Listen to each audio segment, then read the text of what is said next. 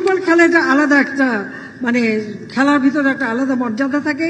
আমি সরকার এসেছি তখন থেকে আমার প্রচেষ্টা বাংলাদেশটা যেন আরো এই খেলাধুলোর দিকে এগিয়ে যায়। আমার দাদা তিনিও ফুটবল প্লেয়ার ছিলেন, আমার বাবা জাতির পিতা বঙ্গবন্ধু শেখ মুজিবুর রহমানও ফুটবল প্লেয়ার ছিলেন, আমার ভাই শেখ কামাল জামাল তারাও ফুটবল খেলতো।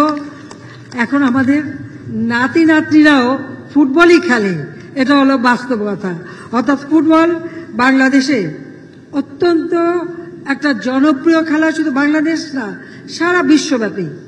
এখন তো সারা বিশ্বে খেলা চলছে, ইউরোপে চলছে ফুটবল টুর্নামেন্ট, এমনকি সেই আমেরিকায় কোপা আমেরিকা এবং সেখানে খেলা চলছে। সারা বিশ্ব জুড়েই কিন্তু এখন ফুটবলের খেলা।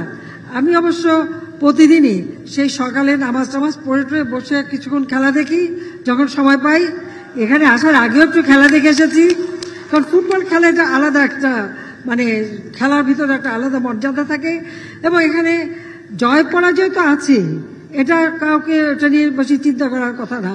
আজকে কেউ জয়ী হবে, কালকে আরেকজন জয়ী হবে, কিন্তু খেলাটা এই যে প্রতিযোগিতা, এই প্রতিযোগিতামূলক যে মনোভাব এবং একই সাথে খেলাধুলার প্রতি যে মানে আকর্ষণ এবং অনুরাগ, এটাই হচ্ছে সব থেকে গুরুত্বপূর্ণ।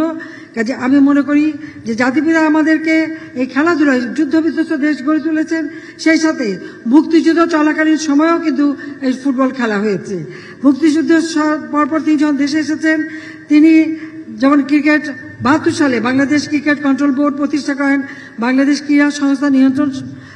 ক্রীড়া নিয়ন্ত্রণ সংস্থা প্রতিষ্ঠা করেন, যা আজকে বাংলাদেশ ক্রীড়া পরিষদ নামে পরিচিত।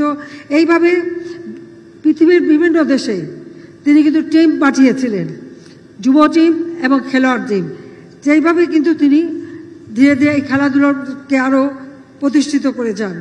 এবং সেই সময় এখন যেমন একটা খেলা নিয়ে একজন থাকে তা না, আমি দেখেছি আমার ভাইদের কামাল জামাল দুজনেই ক্রিকেট, ফুটবল, হকি সব কিছুতেই তারা পারদর্শী ছিল এবং খেলাধুলো করতো।